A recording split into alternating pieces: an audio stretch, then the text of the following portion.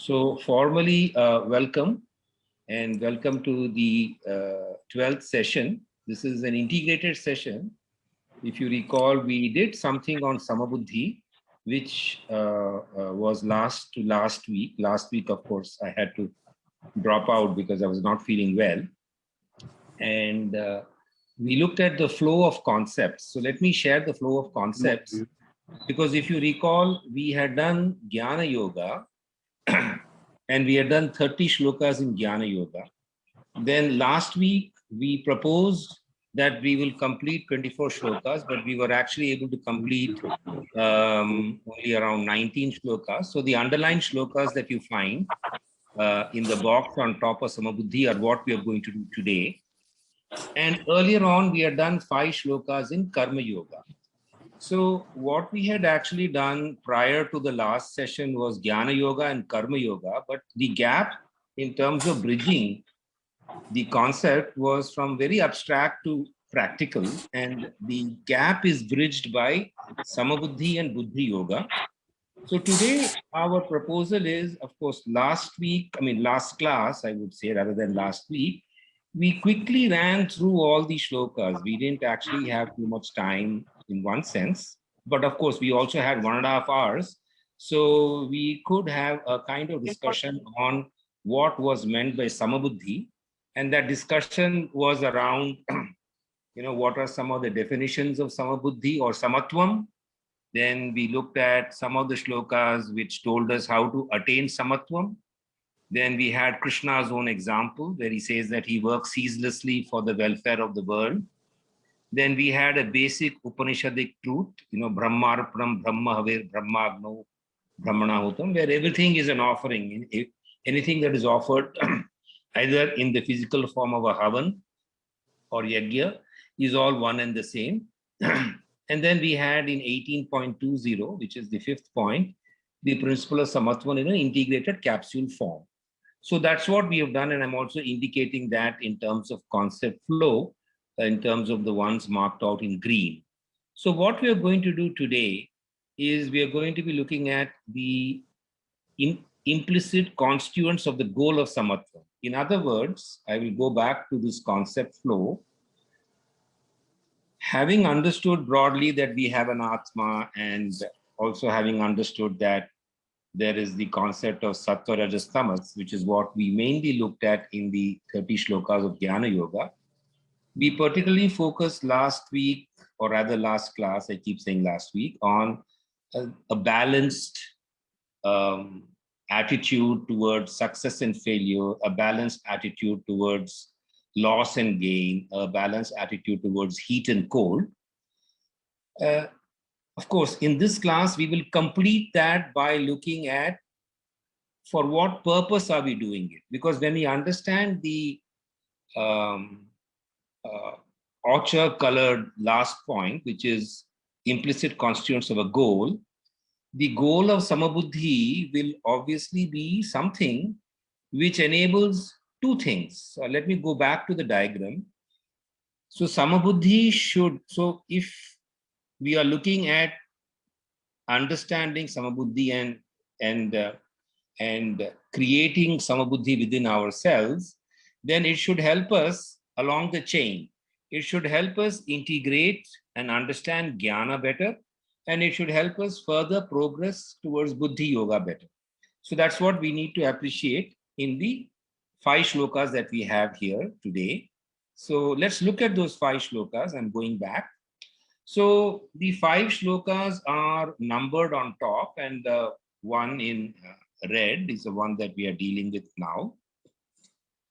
Now this is, so we'll have to understand the shloka in terms of how it is an implied goal of Samabuddhi, having learnt it through the definition, having learnt it through how to attain, having learnt it through Krishna's example. So I'm kind of repeating the relevance of the shloka here. And the key idea is to understand how is it a goal. So if I do all the other things that are there in this diagram, which is I have the definition, I integrate it, I adopt the methodology of attaining it, I am inspired by Krishna's example, I understand the Upanishadic truth, and the capsule form is what I carry with me.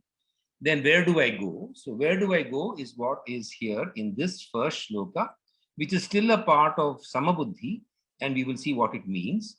So Esha Brahmi Sthiti Partha Nainam Prapya Vimuhyati Sthitwasya Manta Kalepi Brahma Nirvanam Richati.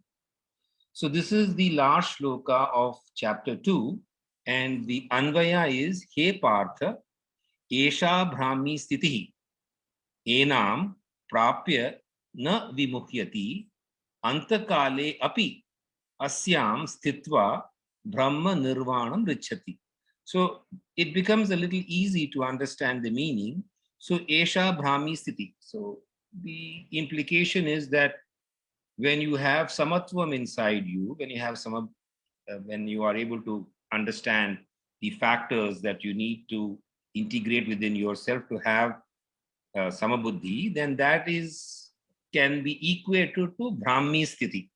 So a Brahmi Sthiti mein hai, that is you are fixed, firm in the understanding of the Paramatman and the Atman within you. Enam prapya na vimuhyati. Vimuhyati is मोह में होना, which is getting bewildered. So enam prapya. So किसको प्राप्त करके? Esha Brahmi Sthiti. So once you attain Esha Brahmi Sthiti, you will not be under delusion, and to such an extent, so it is like the presence of oxygen results in combustion. The presence of Brahmi Sthiti results in non-confusion. So even now we have a further enhancement of the importance of Brahmi Sthiti by the next statement, which says Antakale api asyam sthitva. So just like oxygen, if present anywhere, would result in combustion, of course, other conditions being there, if you attain Esha Brahmi Sthiti, Antakale api, even in your last minutes of your life, Antakale api asyam sthitva, if you are stabilized in this Brahmi Sthiti, even in the last minutes of your life, Brahma Nirvanam Richati. You will attain to, of course, the translation here is extinction in Brahma, but that may not be quite accurate. You will attain to God. So even the last minute, which is why you have the Indian tradition that when a person is on his or her deathbed, we often chant mantras, we chant shlokas, we chant holy texts, so that somehow the person is able to attain Brahmi Sthiti. And once you attain that, then you are able to handle the next parts of your journey far better. So let's look at the Hindi meaning to see whether we are able to derive some greater insight, and then we'll go into the commentary. हे प्रथापुत्र अर्जुन, यह अवस्था ब्राह्मी स्थिति ब्रह्म में दृढ़ प्रतिष्ठा है। इस अवस्था को प्राप्त कर लेने पर मनुष्य प्राकृतिक पदार्थों के बाहरी सौंदर्य से मोहित नहीं होता है। अपने जीवन के अंत समय में भी इस अवस्था में स्थित हो जाने पर मनुष्य ब्रह्म निर्वाण को प्राप्त हो जाता है। So that's the immediate catalytic effect, so to speak, of this Brahmi Sthiti. And Brahmi Sthiti is, of course, a consequence of the Samatvam that we had spoken about in the last class. Now let's look at a commentary on this. So obviously the first bullet point refers to Brahmi Sthiti leads to Brahma Nirvana. That's the statement we find in the shloka itself. So Brahmi Sthiti we would define as being balanced, and therefore Brahma Nirvana is you getting integrated with the Lord within you. And a simpler way to understand this would be to say that self-perception leads to self-realization, which is the removal of ignorance, which is why we have the statement na enam prapya na vimuhyati, which you find right in the middle. So therefore, removal of ignorance is what is called na vimuhyati.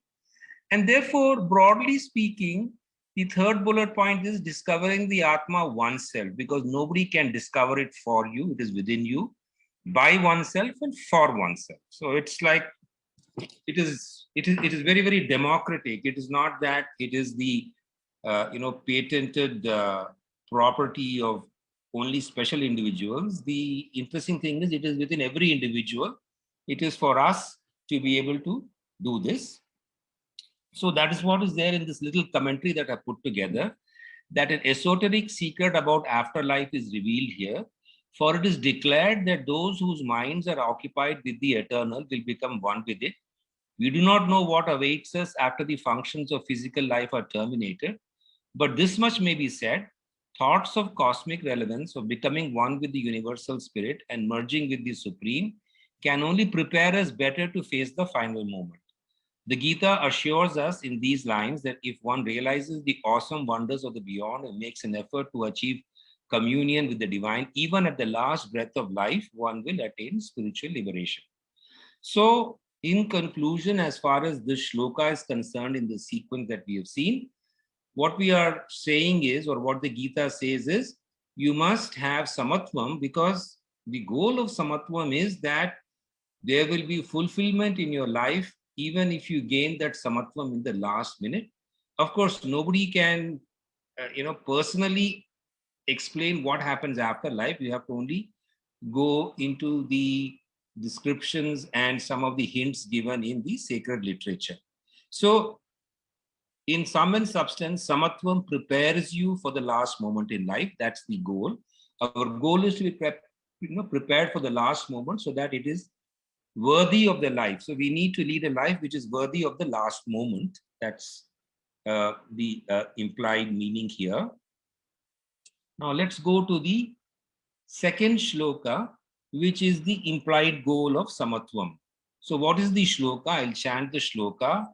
Ihaiva terjitah sargo yesham samye sthitam manah nirdosham hi samam brahma tasmad brahmani te sthitaha. So when we look at the Anvaya, so yesham manah samye sthitam. So we have our favorite phrase, samatvam, samye sthitam. Yesham manah samye sthitam. So one whose mind is in balance. So it's exactly what we've been talking about.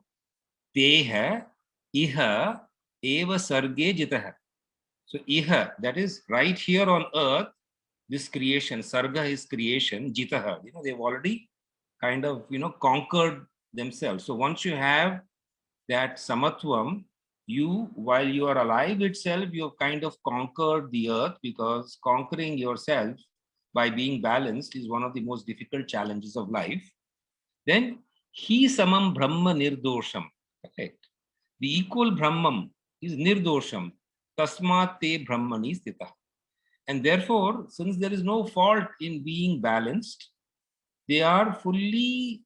So again, we find the repeat of the phrase brahmani sthita. For example, in the last one, esha brahmi sthita. We see that in Brahma Nirvanam, we find these two words here. But here we find the same brahmani sthita with the word samye also. And with the addition of the phrase teiha iha. Iha means here and now. Sargaha means this creation. So while we are alive. So the previous shloka spoke about the final moments. But this shloka is building, saying that why you have to wait till the final moment. You can as well, try to gain this balanced, samatvam as early as possible, so that you are fully victorious throughout your life.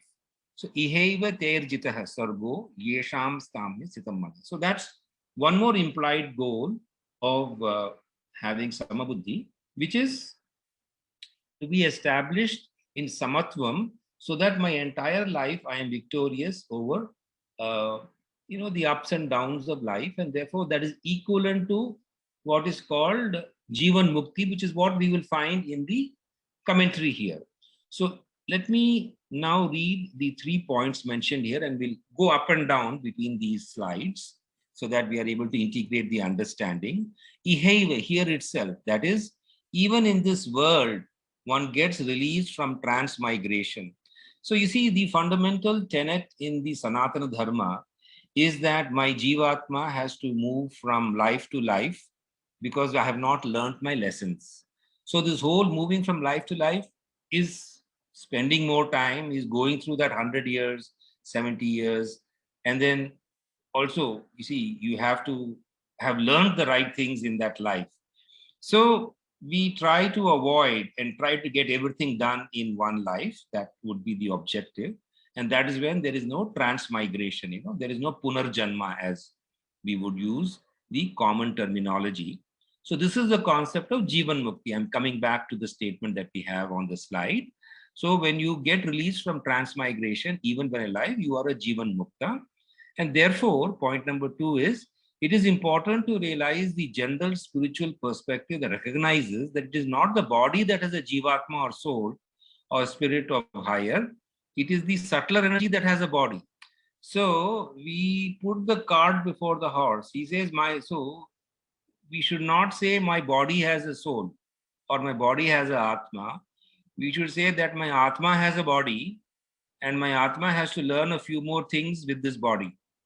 So once you change that, it is like what we call, flipped class. In modern education, Sunilji Garg would be very familiar with this. Flipped classes where you do all the homework. All the classwork is done at home and the homework is done in the class, which means that all the questions are asked in the class, the difficult ones, and what you need to learn in class is already learned. So in the same way, if we can understand that it's not the body which has an Atma, but the Atma which has a body, and therefore the Atma, you are reborn because you have not yet learned what you have to learn from the previous Janmas. And therefore the soul has acquired the body, the Atma, sorry, I'm using that English phrase soul, but we need to understand that it's Atma that I mean. So the Atma acquires the body so that in the life of that body, it is able to obviously get rid of some of the impurities of thinking or some of the errors of thinking. So we need to appreciate and understand and change the perspective. Then point number 3 is that in equanimity, the 3 gunas, sattva, rajas, and tamas, are in equilibrium. The tree of samsara, the world of creation, thrives on the 3 gunas. The created world disappears when the 3 gunas are in equilibrium. So when there's perfect balance, when there is no movement, then you become, gunatit, as they say. And chapter 14 of the Gita has a full description on what a, gunatit means and how does it behave. And one of the important things that is mentioned in chapter 14, when you go beyond the 3 gunas, is that you are balanced, that you have samatvam. Because when you have balance, then there is an equal play of the 3 gunas, and you are, very cool, and you are kind of liberated from the 3 gunas, because Brahma is beyond Maya and the 3 gunas.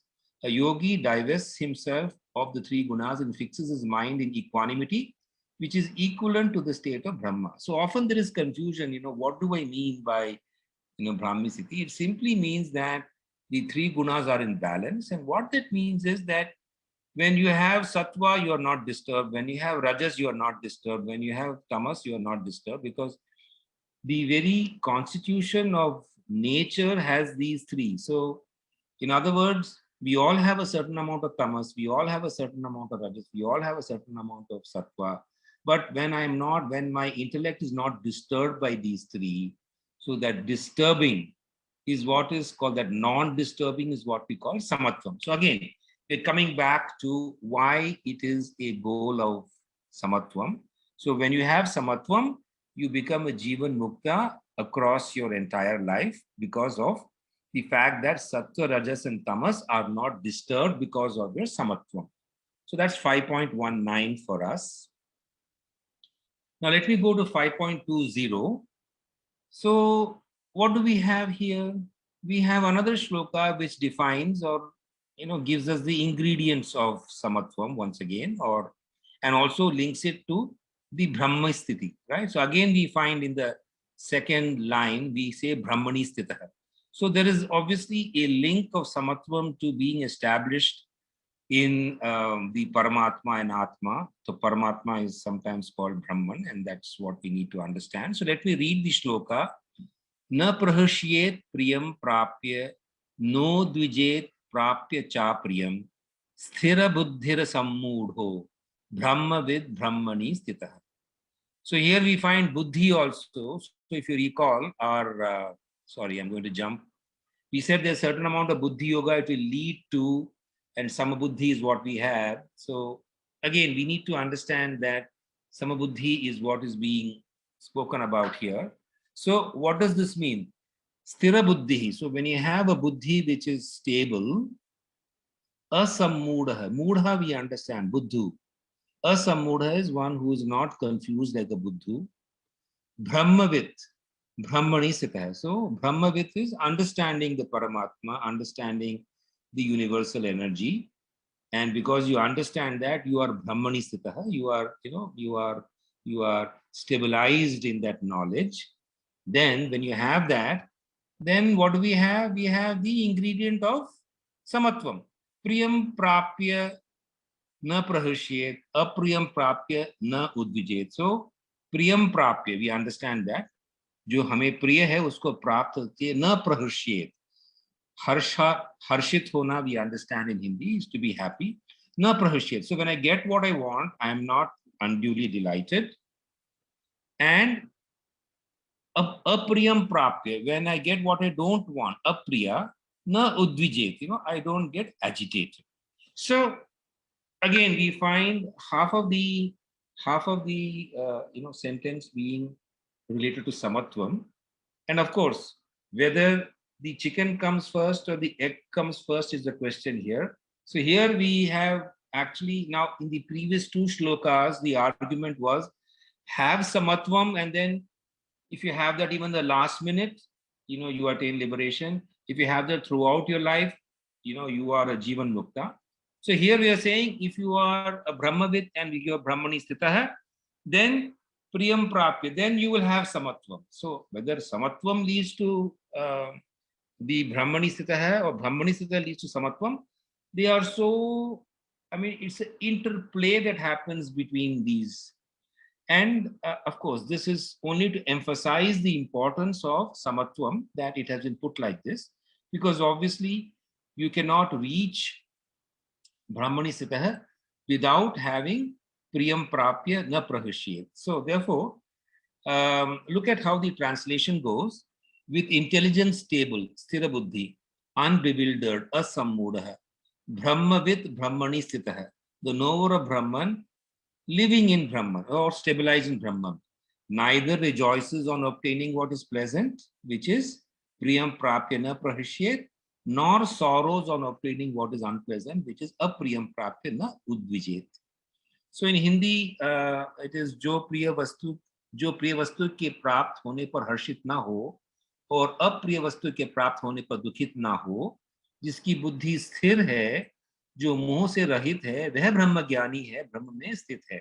So here we find in the Hindi translation, the horse has been put before the cart. So what is the causative factor, which is the Sthira Buddhi, has been put in the sentence before Brahma Sthitah, and therefore in English it's put the other way around, but that's because of the sentence construction in English. And therefore this also supports the thesis, the idea that Samatvam will lead to Brahmani Sthitah. Okay, so Brahmani Sthitah is established in Brahma. He gets at it, he reaches it, he enters it, and is firmly established. So this is talking about an individual who is Brahmani Sthitah. So likes and dislikes, happiness and misery, feelings of all this are associated with one's entanglement in the body. He who thinks of himself as a body is deluded, but he who is established in Brahman is completely free from mental activity. And mental activity means the sattva, rajas, and tamas, the imbalance caused by that. You're totally balanced. That is what it does not mean that you stop thinking. You do think, but your thinking is balanced. So what remains in the man from whose mind is eliminated? The bliss of Brahman beams in him. That's the statement from Ramakrishna Paramahamsa. So hopefully this shloka also indicates its flow within the broader continuity of the 24 shlokas, which are talking about Samatvam as a concept. Then we have this very interesting shloka, which is a very inspiring shloka. So this goes on to say, Bahunam janma namante jnanavan mam prapadyate Vasudeva Sarvamiti Sa Mahatma Sudurlabha Bahunam Janmanam Ante. So obviously now we are harking back to the fact that, let us say that in the last minute, let's go back to 2.72, where we said in the last minute you got that Brahma knowledge, and therefore you have been able to reach God. Or as we said in 5.19, where we said that uh, here on this earth itself, you have been able to handle your sthira buddhi, and therefore you are reaching God. So all those conditions are there where you are successful. But let us say that you are not successful, then what happens? Bahunam, so Bahunam Janma, right? So you will have to spend multiple lifetimes. Ante, then at the end of that, you become Jnanavan. Okay. Mam Prapadyate. When you become a Jnanavan, then you attain me. So let's look at the English translation. At the end of many births, a matter of knowledge, attain me. Vasudeva Sarvamiti. So in that situation, I say everything is Vasudeva. By that, I don't mean in the ISKCON sense, everything is Krishna, but what I mean is Krishna is representative of Parabrahma. And therefore, everything that I see is that universal energy. So if I see anything around me, I can identify that ultimately it is that universal energy which runs the world, which is there in a more concrete form, but behind the substance lies the reality. And that's what it says. And Sa Mahatma Sudurlabha. It is very difficult to find, because obviously you have refined yourself over many janmas, and then you come to the conclusion that Vasudevam Sarvamiti. So let's look at the meaning here that we can get. So he says, and this is one of the commentators from whom I pulled it out, those who are deluded and are evil do not turn to Krishna, they cannot come to him. All those who turn to him are considered virtuous, but they have various motivations. We can wish to be connected with the divine when we are in distress, or when we pray for acquiring some goods for ourselves, or out of curiosity or knowledge. All those who turn to Krishna, whatever motive, are noble, but the possessors of sacred knowledge who are united with the self are the very self of Krishna. It may take many lifetimes, but finally a wise person comes to Krishna and realizes that all is Krishna. And when we say all is Krishna, we mean in the sense Parabrahma.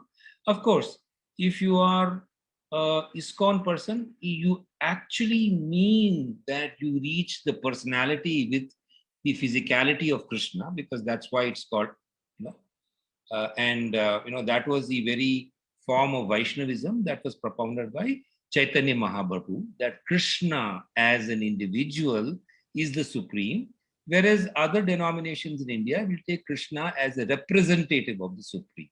So it's just a minor technical difference, but yes, it does lead to differences in the way they approach the entire matter. So the final sum and substance is that it is very similar. So the previous shlokas said that it will take some time. 1 minute. Yeah, it will take some time. For example, I'm going back to the first one. So what do we say? This is the last minute. Then here we said, if you are able to do it in your lifetime, you are a Jivan Mukta. Then this looks at a causative factor and chicken and egg question. So this doesn't add anything to the duration of the entire matter. Now, this particular shloka says that, okay, let's assume that you've not understood in one janma, you have transmigration, you go from janma to janma, but at least at the end of any one janma, if you understand Vasudeva Sarvamiti, then you are a Mahatma and you have achieved the purpose of your life. So now we come to the last shloka, which is a part of the Samatvam group. And let's look at what this means. So 18.54, this is also in the last chapter, which you know is a kind of summary chapter. So this looks at the overall impact of being with Brahma. So I will chant the shloka.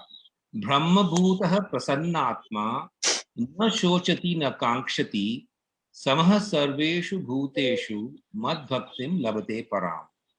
So now this talks about a person who's a Brahma bhuta, that is, he's situated in Brahma. Prasannatma, obviously he is very happy. Na shochati, he would not be in distress.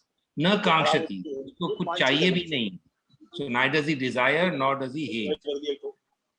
Sarveshu bhuteshu samaha, right? So he sees, I think there is someone whose mic is unmuted. And here the vehicles from behind. So.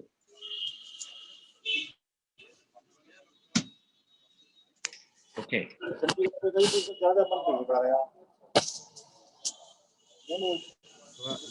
your mic is on. Please switch it off. Yeah. So coming back to this last shloka. So in this last shloka, Dhirendra का mic on है. Yeah, Dhirendra's mic.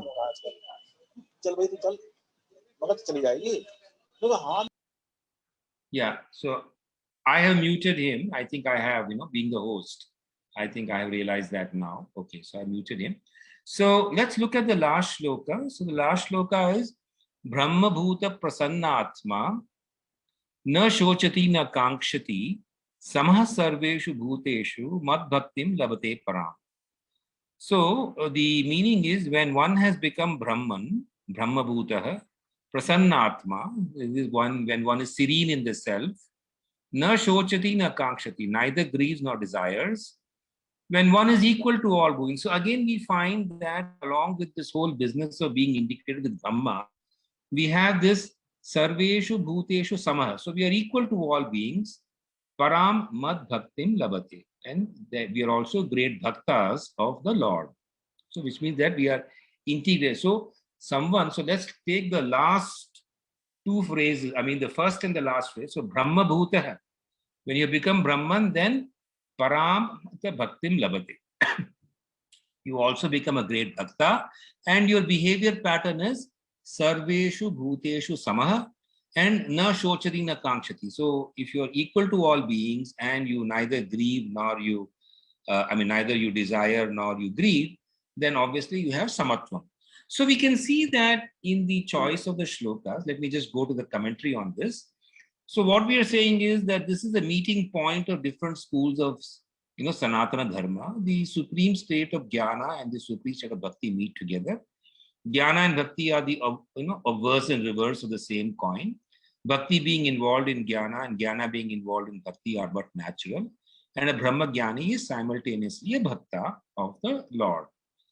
Now coming back to, this is again in the flow. So what we have seen is that when we have done the last 5 shlokas of the 24 shlokas, we can see that there is obviously an emphasis on Samabuddhi, but the Samabuddhi is leading to you being in the, to being actually liberated. And therefore, you could say that while Jnana Yoga is totally abstract, this is looking at behavior patterns. Samabuddhi is looking at behavior patterns. Now, we directly went into the action patterns, which is where, we said that we need to have these two to enable the gaps to be filled in. So hopefully we have filled in the gap. So the God realization is a part of Samabuddhi. Samabuddhi is attributed to Jnana Yoga. But the practical implication we will also see further in Buddhi Yoga, because whenever we talk about Samatvam, Buddhi Yoga and Samatvam are very highly linked together. So I'm going to stop the presentation now and open up for questions, because I'm sure that there would be questions on, the whole concept and the idea. I can see a chat. So what is the real meaning of Brahman or Brahm? Beyond Maya, beyond makes it even more difficult to understand, makes me feel it's beyond this world. Okay. So that's a question from Sunil Ji. So let me address that, because that was the first doubt that I had in terms of putting the session together. So Brahm or Brahma is, by the very word, a very, very quality-less fabric. So it's like saying, and I'm going to put it in terms of physics, that when we split, we know that the materials around us have a certain property.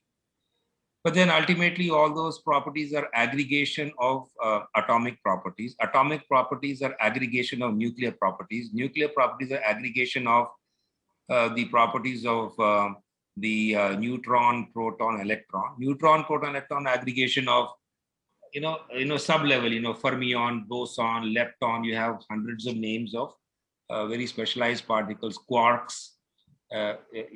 So when you keep on going down and down and down and down and down, ultimately you will come to something that cannot be further reduced.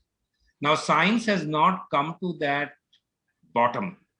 It has not hit the bottom, but our Maharshis and Rishis, without doing the splitting of the atom, realize that there is one bottom fabric which cannot be further, and they call that Brahm. They call that Brahman, they call that Brahm. They call that God. You can call it Krishna. You can call it Shiva. The choice of terminology is left to the denomination that you belong to. Now the question is that, so this Brahm is beyond Maya. Okay, that's your second part of the question. Because all Maya comes only when you build up from Brahm. No, if it is at the bottom, from there you build quarks, leptons, and then you build neutrons, and then you build atoms, and then you build molecules, keeps on, and then you build systems, ecosystems, biological systems, and that's where all the confusion comes as to what is at the base. So the base is Brahman, and our ability is that, and this creation that we keep building on, from atom all the way to ecosystems around us, they are full of sattva, rajas, and tamas. So when we hold sattva, rajas, and tamas in balance, because that is at the base. So when in our own mind, we are able to balance these three, that is when we are able to understand the universe far better. Now, does this really happen is the question, or is it simply a statement made in the Gita? The 14th chapter, I'll just bring out the 14th chapter because it is important, because anyway, we are going through the chapters in different sequences. So after Lord Krishna explains this, Arjuna says, this is the 21st shloka. He says, Kairlinge strin gunanetan atito bhavati prabho kimachara katham chaitan strin gunan ativartati. That is, this person was gone beyond three gunas. What's he like? How does he behave? So this is like the question asked in the second chapter. How does he behave? Because it seems to be beyond. So then the first thing that the Lord says is that he is balanced.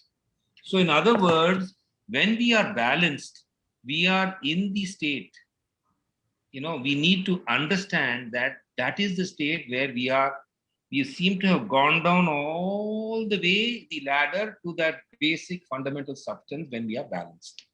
So that is my sort of understanding. Now, what has Rajesh said? I don't know. Okay. Rajshekhar, can I interrupt? Sure, absolutely. Rajshekhar, my understanding so far, it was that Brahman is a top one, not the bottom. Top or bottom. Yeah. So whichever way. So Brahman means a God himself. Yeah. So, and we are all the part of that Brahman. Correct. So you can. So the point is, it all depends upon the direction of your analysis. Correct. Okay. So correct. So I'm not talking about two different things.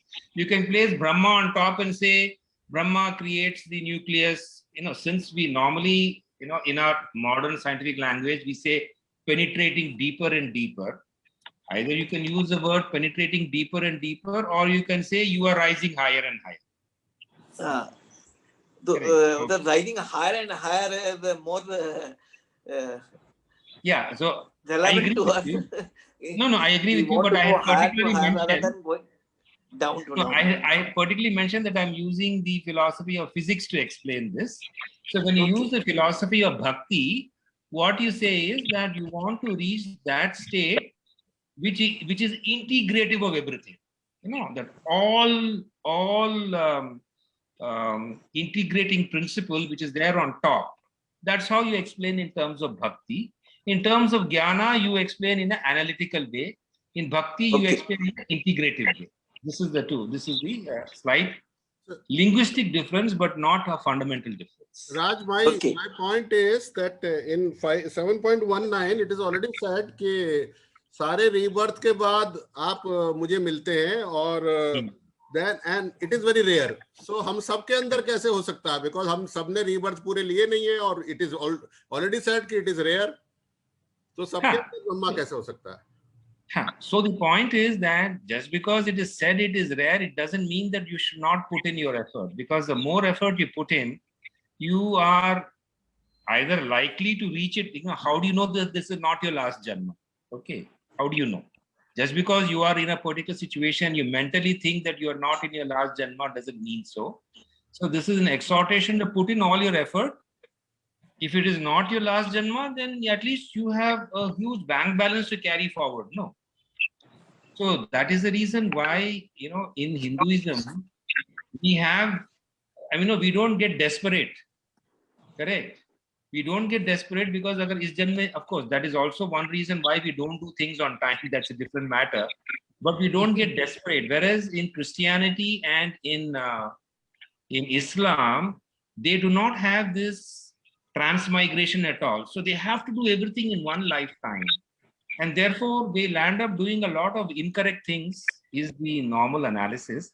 But anyway, to understand this, one need not go into other religion. To come back to your point, yes, it is a rarity, but it does not mean that you cannot do it, because that is the whole inspiration of the Gita. It is giving you some 20 different ways, 30 different ways of doing things. So just because it is said it is very rare, it doesn't mean that you cannot do it.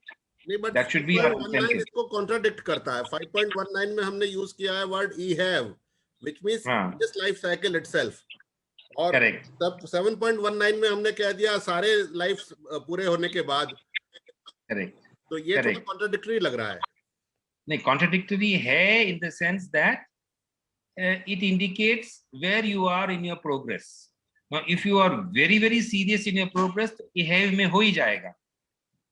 If you're not serious, then you know you will be kyunki okay. So then what I will do is we need to understand what was said in 7.18 and 7.17. So 7.1817 में let me just pull out वहाँ पे क्या जो है कहा गया है, because then it becomes easier. So he says 7.1 okay, this is from 7.16. Okay. Please, you know, take it out, you know, whatever that you have, whichever Gita you have, then it will say in what perspective that it has been said. So 1 minute, 7.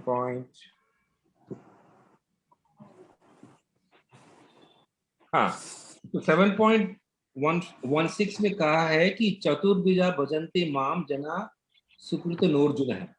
Arjuna, the foremost in the Bharat clan, people are given to good actions, people who worship me are fourfold. One who is distressed, one who is a seeker of security and pleasure, the other one who desires to know me, and the one who knows me. तो ज्ञानी है, एक ortho है, एक जिज्ञासु है, एक अर्थार्थी है. So then he goes on to explain in 1.7 and 1.8 that all of them are great, but he is particularly affectionate to those who know him. You know, जो ज्ञानी है उनसे बहुत sort of you know, लगन है Shri Krishna को. So it is in that context he says. So you see, a Jnana Yogi may be someone, you know, who is a rarity, but the path of Karma Yoga is open to all of us. So in the Gita, you will find all these kind of things. You know, he will praise Jnana Yoga, and then you will think, "Bhai, hum to gaye." Then he'll praise Karma Yoga, and say, "Arey, ab to gayo," right? I don't know which movie it was. Tum to gayo. So this is exactly what happens. Therefore, logically, you are right. You know, there is, obviously, the statement being made that is a rarity, but there's a Jnana Yoga rarity. You know, one who understands Krishna, Jnana Yoga is a rarity. But then you have Karma Yoga to do. No, you do your Bhakti Yoga, because at the end, what we are saying is, जो Bhakti Yoga है, जो Jnana Yoga है, दोनों एक ही path को lead करते हैं. So that's how we need to take it. Yeah, once equanimity, now Vishwarup, what does he say? Once equanimity is attained, does mukti occur? No, once equanimity is attained, yes. So the whole idea is that once equanimity is attained, you are a kind of Jivan Mukt. So that's what we should aim for. So everything in the Gita, if taken to its logical, there are multiple strands. So एक strand को, if you take it to the logical end, जीवन मुक्ति है.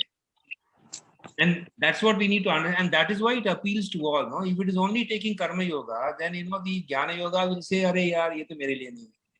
If you take only, and when the Lord praises karma yoga, you will feel, "Arey, if I do karma yoga, mukti is just at the next doorstep." Okay, so the beauty of Gita lies is that it appeals to everybody. But if you just take a blinkered view, then it would seem, boss, agar ye nahi kiya to bhai gaye. Right? So it's not like that. So you will, in fact, my own experience is that you will constantly find yourself,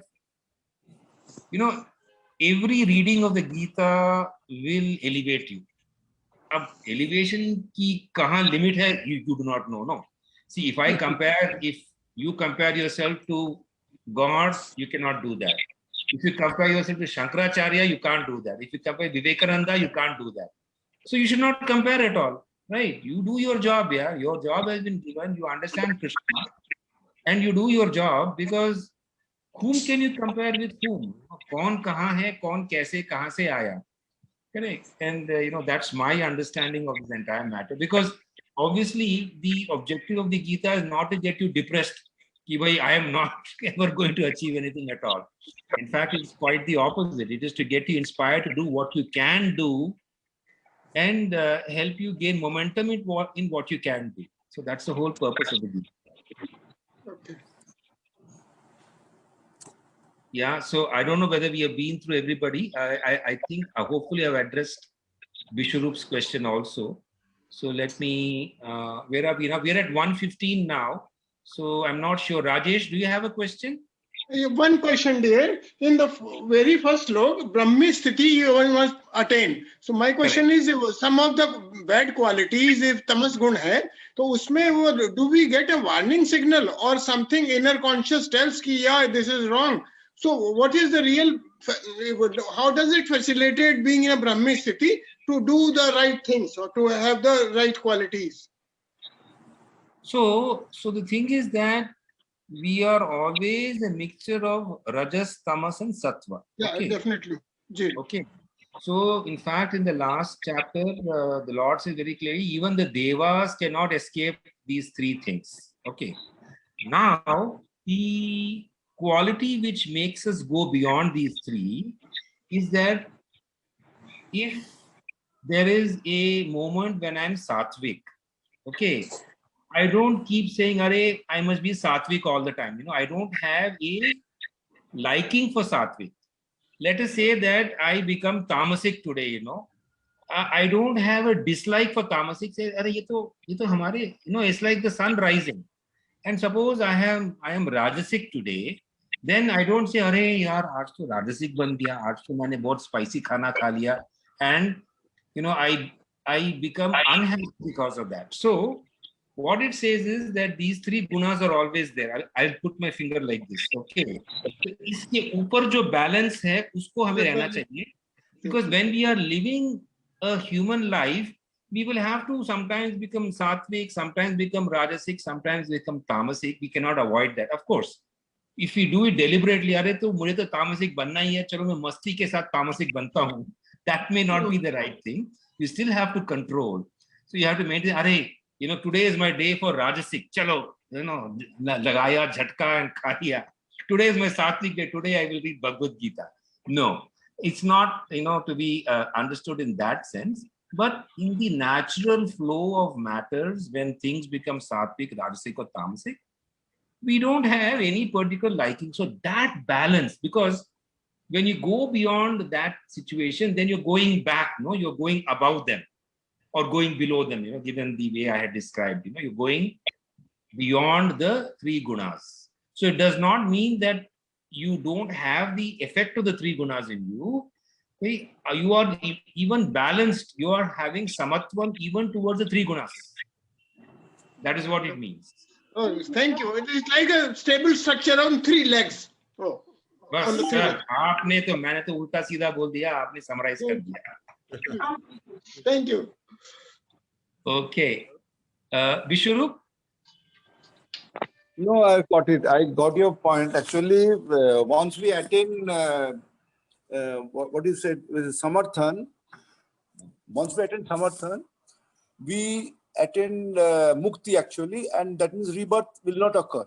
Rebirth will not occur, so we will be nearest to God actually. That's how I was.